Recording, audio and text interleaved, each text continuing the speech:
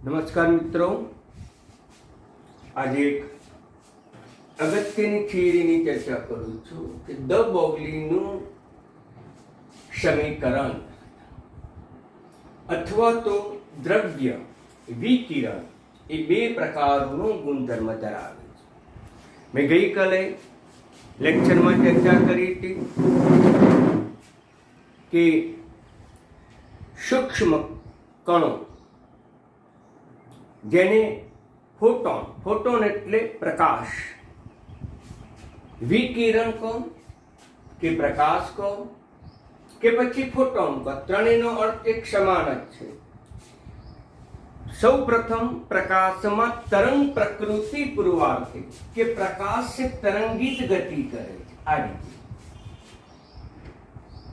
પરંતુ મેક્સ પ્લાન્કે પ્રયોગ કર્યા, પ્રકાશને લગતા વિવિધ પ્રયોગ કર્યા અને એને પરિણામે એને સાબિત કર્યું કે પ્રકાશમાં પણ કણ લક્ષણ છે, કણ ગુણધર્મ છે. આમ પ્રકાશ, વિકિરણ કે ફોટોન એ બે પ્રકારનો ગુણધર્મ ધરાવે છે. એક ગુણધર્મ છે તરંગ, બીજો છે કણ. તરંગ ગુણધર્મ એ વ્યતિકરણ અને વિવર્તન જેવી ઘટનાઓથી સમજાવી શકાય, જ્યારે કણ ગુણધર્મ એ ફોટો ઇલેક્ટ્રિક અસર દ્વારા સમજાવી શકાય છે. આ મેક્સ પ્લાન્કના ફોટો ઇલેક્ટ્રિક અસરને કારણે તેમાં કણ લક્ષણ પુરવાર થયું. આમ પ્રકાશ જે છે એ પ્રકાશ કણોનો બનેલો છે, આવા સૂક્ષ્મ કણોનો બનેલો છે. તો પછી દ બોગલી નામના વૈજ્ઞાનિકે વિવિધ પ્રયોગો દ્વારા એને સૂચવ્યું કે જે વર્ષોથી પ્રકાશમાં તરંગ લક્ષણ હતું એમાં કણ લક્ષણ પુરવાર કરી ચૂક્યા. તો પછી દ્રવ્યોમાં કે જે સૂક્ષ્મ કણોના બનેલા છે તો તેમાં પણ કણ લક્ષણ ઉપરાંત પણ તરંગ લક્ષણ હોવું જોઈએ. એટલે કે દ્રવ્યમાં પણ તરંગ પ્રકૃતિ હોવી જોઈએ. પ્રકાશમાં પહેલા તરંગ લક્ષણ હતું, તો પછી કણ લક્ષણ પુરવાર કરી, તરંગ ઉપરથી કણ લક્ષણ પુરવાર કરી. તો દ બોગલીએ સૂચવ્યું કે સૂક્ષ્મ કણોની અંદર કણ લક્ષણ છે, પરંતુ તેમાં તરંગ પ્રકૃતિ હોવી જોઈએ એવું સૂચન કર્યું. પ્રકાશમાં પહેલા તરંગ હતું, કણ લક્ષણ પુરવાર થયું. દ્રવ્યમાં કણોમાં પહેલા કણ લક્ષણ હતું, તેમાં તરંગ પ્રકૃતિ હોવી જોઈએ એવું દ બોગલીએ સૂચવ્યું. તેથી એને કીધું કે વિકિરણ પ્રકાશની જેમ ગતિશીલ કણોમાં પણ દ્વિપ્રકૃતિ છે. જેવી રીતે પ્રકાશમાં પણ વર્તણૂક બે પ્રકારની છે, એક તરંગ પ્રકૃતિ અને બીજું કણ પ્રકૃતિ.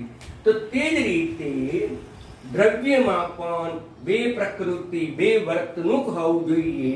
એક કણ લક્ષણ હોવું જોઈએ, કણ પ્રકૃતિ હોવી જોઈએ, બીજું તરંગ લક્ષણ યાની કે તરંગ પ્રકૃતિ હોવી જોઈએ. આમ પ્રકાશ પણ બે ગુણધર્મો ધરાવે છે, બે વર્તણૂક, તરંગ અને કણ. તે જ રીતે સૂક્ષ્મ કણો, દ્રવ્યો પણ બે પ્રકારની વર્તણૂક ધરાવતા હોવા જોઈએ. એક કણ પ્રકૃતિ, બીજું તરંગ પ્રકૃતિ. એક કણ લક્ષણ, બીજું તરંગ લક્ષણ. તેથી દ બોગલીએ નિયમ આપ્યો કે વિકિરણ, પ્રકાશ, ફોટોનને વેગમાન અને દ્રવ્ય તરંગ લંબાઈ છે.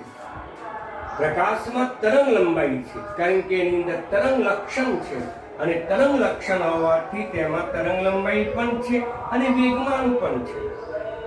તો તે જ પ્રકારે ગતિશીલ સૂક્ષ્મ કણ હોય અને ગતિશીલ સૂક્ષ્મ કણમાં પણ વેગમાન હોવું જોઈએ અને તરંગ લંબાઈ હોવી જોઈએ.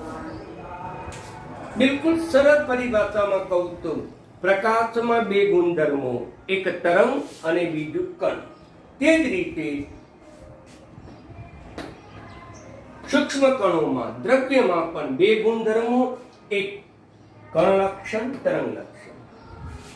પ્રકાશમાં બે ગુણધર્મો આપણે પુરવાર કરી ચૂક્યા, એક વેગમાન પુરવાર કરી ચૂક્યા, એક તરંગ લંબાઈ ગુણધર્મ હોવો જોઈએ.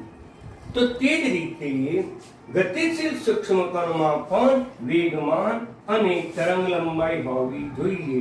ટૂંકમાં પ્રકાશમાં જે ગુણધર્મો છે તે જ ગુણધર્મો સૂક્ષ્મ કણમાં હોવા જોઈએ. તેથી એને નિયમ આપ્યો કે ગતિશીલ કણ હોય, સૂક્ષ્મ કણ, ઇલેક્ટ્રોન, પ્રોટોન અને ન્યુટ્રોન સાથે સંકળાયેલી તરંગ લંબાઈનું સમીકરણ આપ્યું, જેને દ્રવ્ય તરંગ સમીકરણ તરીકે ઓળખવામાં. કણ સાથે ગતિશીલ સૂક્ષ્મ કણો ઇલેક્ટ્રોન, પ્રોટોન અને ન્યુટ્રોન એક તરંગ લક્ષણ ધરાવે છે. વિચાર કરો, ઇલેક્ટ્રોન પણ તરંગિત ગતિ કરે છે. ઇલેક્ટ્રોન પ્રકાશની જેમ તરંગિત ગતિ કરે છે અને તરંગિત ગતિ કરતા હોવાને પરિણામે એનું જે સમીકરણ મેળવવામાં આવ્યું તેને આપણે કહીએ છીએ દ્રવ્ય તરંગ સમીકરણ. કારણ કે કણો, એને આપણે દ્રવ્ય કહીએ છીએ, કણોના સમૂહથી દ્રવ્ય બને. આમ સૂક્ષ્મ કણો સાથે જે તરંગ લક્ષણ છે, જે તરંગ લંબાઈ છે, એને આપણે દ્રવ્ય તરંગ સમીકરણ તરીકે ઓળખીએ. એનું સૂત્ર છે લેમડા બરાબર, અહીંયા પણ લેમડા સૂત્ર વાપરતા પ્રકાશ માટે, અહીંયા પણ સૂક્ષ્મ કણ ઇલેક્ટ્રોન, પ્રોટોન, ન્યુટ્રોન સૂક્ષ્મ કણોમાં પણ તરંગ લંબાઈ છે એટલે તરંગ લંબાઈ લેમડા વાપર્યો. H/P, H એટલે ખબર છે કે તમને પ્લાન્કનો અચળાંક. P એટલે શું છે તો કે વેગમાન છે. વેગમાન એટલે દર ગુણ્યા વેગ. દરની સંજ્ઞા m છે, વેગની સંજ્ઞા v છે. જ્યાં m શું બતાવે છે? કણનું દર બતાવે છે. v શું બતાવે છે? વેગ બતાવે છે. આમ કોઈ પણ ગતિશીલ સૂક્ષ્મ કણો ઇલેક્ટ્રોન, પ્રોટોન, ન્યુટ્રોન સાથે જે તરંગ સમીકરણ, જે તરંગ લક્ષણ સંકળાયેલું હોય એ તરંગ સમીકરણને દ્રવ્ય તરંગ સમીકરણ તરીકે ઓળખવામાં આવે છે, જે આપણે દ બોગલીએ એને વિવિધ પ્રયોગો દ્વારા સાબિત કર્યું. હવે દ બોગલી સમીકરણનું મહત્વ શું, અથવા તો દ્રવ્ય તરંગ સમીકરણનું મહત્વ શું? તો પછી ગતિશીલ સૂક્ષ્મ કણની અંદર કયું લક્ષણ હતું? તરંગ લક્ષણ હતું. પ્રકાશમાં તરંગ લક્ષણ હતું એટલે વ્યતિકરણ પણ જોવા મળ્યું, વિવર્તન પણ જોવા મળ્યું. ગતિશીલ સૂક્ષ્મ કણની અંદર ઇલેક્ટ્રોનમાં કયું લક્ષણ પુરવાર થયું? તો તેની અંદર તરંગ લક્ષણ પુરવાર થયું. તેની અંદર તરંગ લક્ષણ પુરવાર થવાને કારણે તેઓ ઇલેક્ટ્રોન માઇક્રોસ્કોપની રચના થઈ. ઇલેક્ટ્રોનમાં તરંગ લક્ષણ છે, યાદ રાખો. ઇલેક્ટ્રોન કણ તો છે, પણ જ્યારે ગતિ કરે છે ત્યારે પ્રકાશની જેમ તરંગિત ગતિ કરે છે. પ્રકાશની જેમ આવી ગતિ કરે છે અને તેને પરિણામે ઇલેક્ટ્રોન માઇક્રોસ્કોપની શોધ થઈ. અને માઇક્રોસ્કોપ સાદા સૂક્ષ્મદર્શક યંત્ર તો તમારે પ્રયોગશાળામાં પણ હોય છે, પરંતુ તેના કરતાં પણ સવિશેષ ઉપયોગી ઇલેક્ટ્રોન માઇક્રોસ્કોપ. સાદા માઇક્રોસ્કોપમાં પ્રકાશના વિવર્તન કે પરાવર્તનના સિદ્ધાંતનો ઉપયોગ થાય છે. આપણા લેબોરેટરીમાં જે પ્રયોગશાળામાં સૂક્ષ્મદર્શક યંત્ર છે એમાં પ્રકાશની તરંગ પ્રકૃતિનો ઉપયોગ થાય છે. તે જ રીતે ઇલેક્ટ્રોન માઇક્રોસ્કોપમાં પણ તરંગ પ્રકૃતિનો જ ઉપયોગ થાય છે. પણ કોની તરંગ પ્રકૃતિ? તો કે ઇલેક્ટ્રોનની તરંગ પ્રકૃતિ. એમાં ગતિશીલ ઇલેક્ટ્રોનની તરંગ પ્રકૃતિને પરિણામે આ ઇલેક્ટ્રોન માઇક્રોસ્કોપની શોધ થઈ. અને ઇલેક્ટ્રોન માઇક્રોસ્કોપની મદદથી કોઈ પણ સૂક્ષ્મ કણ, કોઈ પણ પદાર્થ એ 15 મિલિયન યાની કે 15 લાખ ગણું મોટું જોઈ શકાય છે. નરી આંખે ન દેખી શકાય, સાદા સૂક્ષ્મદર્શક યંત્ર વડે ન દેખી શકાય તેવા વિષાણુ કે જીવાણુ, જેને આપણે હાલ કહીએ છીએ કોરોનાના જે જીવાણુઓ છે, કોરોનાના જે કણ છે, એ કણ આપણે સાદા સૂક્ષ્મદર્શક યંત્ર વડે જોઈ શકતા નથી. એ આપણે ઇલેક્ટ્રોન માઇક્રોસ્કોપ વડે જ જોઈ શકીએ છીએ. કારણ કે એ કણ, એ કોરોના 15 લાખ ગણું મોટું આપણે જોઈએ છીએ ત્યારે એનો આપણને વાયરસ જોવા મળે છે. કોરોનાનો જીવ, કોરોનાના કોષ કે વાયરસ આપણને જોવા મળે. વિવર્તન થઈ શકે છે, કારણ કે પ્રકાશમાં તરંગ પ્રકૃતિ તો વિવર્તન પણ થાય. અને વિવર્તન થઈ શકતું હોવાથી પદાર્થનું બંધારણ, પદાર્થની સપાટીનું બંધારણ જાણી શકાય. વર્ષો પહેલા કોઈ પણ પદાર્થનું બંધારણ જો નક્કી કરવું હોય તો ઘણા બધા વર્ષો લાગતા. દાખલા તરીકે બેન્ઝીન નામનો પદાર્થ લઈએ આપણે. બેન્ઝીન એટલે એનું અણુસૂત્ર C6H6, પરંતુ એનું બંધારણ પુરવાર કરવામાં વિદ્યાર્થી મિત્રો 60 વર્ષ લાગ્યા હતા. કેક્યુલે નામના વૈજ્ઞાનિકે અને એના અનુયાયીઓએ, એના વિદ્યાર્થીઓએ 60 વર્ષ સુધી પ્રયોગો કર્યા અને એનું બંધારણ પુરવાર કર્યું. વિચારો મિત્રો, વર્ષો પહેલા કોઈ પણ પદાર્થનું બંધારણ જ્યારે નક્કી કરવું તો ઘણા વર્ષો લાગતા. હવે કોઈ પણ પદાર્થનું બંધારણ નક્કી કરવું હોય તો સરળતાથી નક્કી કરી શકાય. એક દિવસમાં કે 24 કલાકમાં સરળતાથી નક્કી કરી શકાય. કોની મદદથી? તો કે ઇલેક્ટ્રોન માઇક્રોસ્કોપની મદદથી સરળતાથી નક્કી કરી શકાય.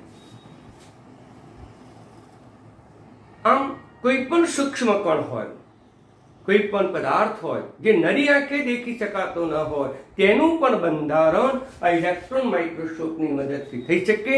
અને ઇલેક્ટ્રોન માઇક્રોસ્કોપની શોધમાં ગતિશીલ ઇલેક્ટ્રોનની તરંગ પ્રકૃતિનો ઉપયોગ થયો. આમાં ઇલેક્ટ્રોન એક તરંગિત ગતિ કરે છે. ઇલેક્ટ્રોન પ્રકાશની જેમ એ તરંગિત ગતિ કરે છે અને એને પરિણામે એનું વિવર્તન થઈ શકે છે. અને વિવર્તન થવાથી પદાર્થનું બંધારણ પણ, પદાર્થની સપાટીનું બંધારણ પણ આપણે સરળતાથી નક્કી કરી શકીએ. અને એને પરિણામે આ વિવિધ પ્રકારના રોગોના ઉપચાર માટેના સંશોધનો એ કોની મદદથી થાય છે? તો કે ઇલેક્ટ્રોન માઇક્રોસ્કોપની મદદથી થાય છે. પરંતુ આ સિદ્ધાંતની મર્યાદા છે કે આ સિદ્ધાંત અનુસાર લેમ્ડા બરાબર 1/mv, જો પ્રકાશનો વેગ અચળ હોય અને h અચળ હોય તો તરંગ લંબાઈ લેમ્ડા ચલે છે 1/m. આનો અર્થ એમ થયો કે લેમ્ડા અને m જો દર વધુ હોય તો આ નહિવત હશે. દર વધુ હોય, નહિવત હોય. દર નહિવત હોય તો તરંગ લંબાઈ વધુ. તો પછી આ સમીકરણ કોને લાગુ પડે? તો જે દર નહિવત ધરાવે છે, જેનું દર સૂક્ષ્મ છે, અતિશય સૂક્ષ્મ, અને અતિશય સૂક્ષ્મ દર કોનું છે? તો કહી શકાય કે ઇલેક્ટ્રોનનું પણ છે, પ્રોટોનનું પણ છે, ન્યુટ્રોનનું છે, H+. તો ચારે કણોનું દર નહિવત છે અને નહિવત હોવાથી તેમાં તરંગ પ્રકૃતિ વધારે છે. ઇલેક્ટ્રોનનો દર 9.9 into 10⁻⁻31 કિલોગ્રામ. વિચાર કરો, 10⁻⁻31, અને આટલો દર નહિવત છે. અને નહિવત હોવાથી ઇલેક્ટ્રોનમાં તરંગ પ્રકૃતિ વધારે છે, ઇલેક્ટ્રોનમાં તરંગ લક્ષણ વધારે છે, ઇલેક્ટ્રોનમાં તરંગ લંબાઈ વધારે છે. માટે ઇલેક્ટ્રોનમાં તરંગ લક્ષણ છે, ઇલેક્ટ્રોન તરંગિત ગતિ કરે છે. અને આ સૂત્ર દોડતા મનુષ્ય માટે લાગુ પાડી શકાય? ના, કારણ કે દોડતો મનુષ્ય હોય તે એનું વજન વધારે છે. દાખલા તરીકે હું દોડતો હોય તો મારી સાથે કયું લક્ષણ હોય? હું જ્યારે ગતિશીલ હોઉં, દોડતો હોઉં, ત્યારે મારું વજન 70 કિલોગ્રામ છે. તો 70 કિલોગ્રામ સાથે આ સમીકરણ લાગુ પડે નહીં. માટે મારી સાથે તરંગો સંકળાયેલા નથી. એક્ટિવા ઉપર તમે ગતિશીલ હોઈએ ત્યારે તેની સાથે કોઈ તરંગ સંકળાયેલો નથી. આ પૃથ્વી ગતિશીલ છે અને ગતિશીલ પૃથ્વી સાથે પણ કોઈ તરંગ સંકળાયેલું નથી. ઉડતું વિમાન છે અને ઉડતા વિમાનનું દર ઘણું વધારે છે અને દર વધુ હોવાથી તરંગ લંબાઈ નગણ્ય હોય છે. એટલે ઉડતા વિમાન સાથે તરંગ લક્ષણ સંકળાયેલું નથી. તો પછી તરંગ લક્ષણ કોની સાથે સંકળાયેલું? સૂક્ષ્મ કણો, પ્રોટોન સાથે, ન્યુટ્રોન સાથે, ઇલેક્ટ્રોન કે જેનું વજન નહિવત છે, તો એ જ્યારે ગતિશીલ કરે ત્યારે તેની અંદર તરંગ લક્ષણો જોવા મળે, પ્રકાશના જેવા ગુણધર્મો જોવા મળે. આમ આ સિદ્ધાંત પુરવાર કરે છે. બીજું, શૂન્ય ગતિ હોય, શૂન્ય ગતિ હોય, આપણી પાસે સૂત્ર છે hmv. જો મિત્રો ગતિ શૂન્ય હોય એટલે કે v બરાબર 0 હોય તો પછી lambda is equal to h/0 અને લેમ્ડા અને 1/0 ઇઝ ઇક્વલ ટુ ઇન્ફિનિટિવ છે. તેથી આપણે કહી શકીએ કે તરંગ લંબાઈ એ ઇન્ફિનિટિવ થાય, એટલે કે અનંત થાય, જે શક્ય જ નથી.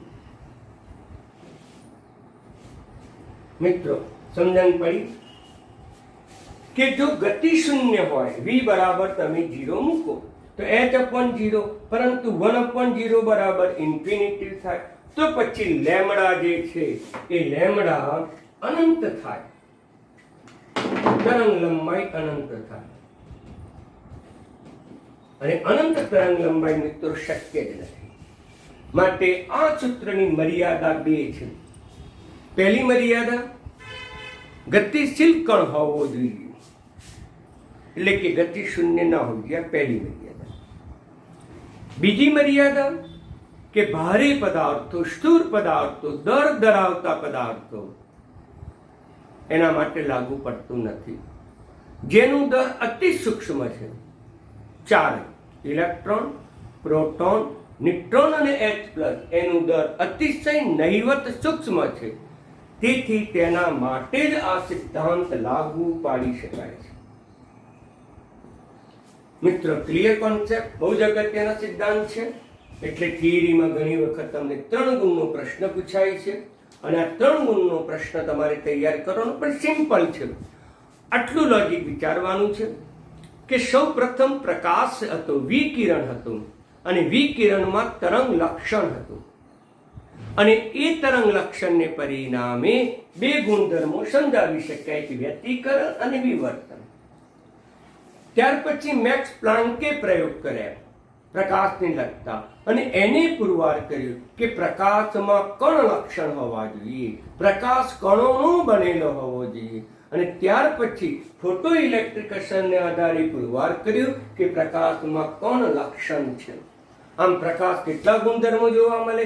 તો કે 2 ગુણધર્મો જોવા મળે, એક તરંગ ગુણધર્મ અને બીજું કણ ગુણધર્મ. ત્યાર પછી દ બોગલીએનું સૂચન કર્યું. દ બોગલી વિવિધ પ્રયોગો દરમિયાન એને પુરવાર કર્યું કે જો પ્રકાશમાં 2 લક્ષણ હોય, એક તરંગ અને બીજું કણ, તો તે જ રીતે કણમાં, દ્રવ્યમાં પણ 2 લક્ષણો હોવા જોઈએ. દ્રવ્યમાં કણ લક્ષણ તો હતું જ, પરંતુ વિવિધ પ્રયોગો દ્વારા સાબિત કર્યું કે કણ જ્યારે ગતિ કરે છે ત્યારે તેની સાથે તરંગ લક્ષણ, તે તરંગિત ગતિ કરતો હોવો જોઈએ. આમ તેની વિવિધ પ્રયોગો દ્વારા પુરવાર થયું. તેથી વિકિરણ, પ્રકાશ કે ફોટોન એને વેગમાન છે, તરંગ લંબાઈ છે. તે જ રીતે જ્યારે સૂક્ષ્મ કણ ગતિશીલ કરતો હોય ત્યારે તેને પણ વેગમાન હોવું જોઈએ, તેને પણ તરંગ લંબાઈ હોવી જોઈએ. અને એ તરંગ લંબાઈ ધરાવતા સમીકરણને દ્રવ્ય તરંગ સમીકરણ તરીકે ઓળખવામાં. એટલે ગતિશીલ કણ ઇલેક્ટ્રોન, પ્રોટોન, ન્યુટ્રોન સાથે સંકળાયેલા તરંગ સમીકરણ, આ સમીકરણ લેમ્ડાને દ્રવ્ય તરંગ સમીકરણ તરીકે ઓળખવામાં. મિત્રો એના આધારે આપણે MCQ ગણીશું, દાખલા ગણીશું, પણ લેમ્ડા બરાબર h/mv તમારે યાદ રાખવાનું. મહત્વ શું? તો પછી સૂક્ષ્મ કણ ઇલેક્ટ્રોન ગતિશીલ હોય ત્યારે તેની અંદર કયું લક્ષણ છે? તો કે તરંગ લક્ષણ છે. પ્રકાશના તરંગ લક્ષણને આધારે સાદું સૂક્ષ્મદર્શક યંત્ર આપણે જોઈએ છીએ, પ્રયોગશાળામાં જોવા મળે. એ સાદું સૂક્ષ્મદર્શક યંત્ર છે જે પ્રકાશના તરંગ ગુણધર્મના સિદ્ધાંત ઉપર રચાયેલું છે. પરંતુ ઇલેક્ટ્રોનના તરંગ ગુણધર્મને આધારે ઇલેક્ટ્રોન માઇક્રોસ્કોપ, ઇલેક્ટ્રોન સૂક્ષ્મદર્શક યંત્રની શોધ થઈ, અને ઇલેક્ટ્રોન માઇક્રોસ્કોપને આધારે કોઈ પણ પદાર્થ છે એ 15 મિલિયન યાની કે 15 લાખ ગણું મોટું જઈ શકાય છે.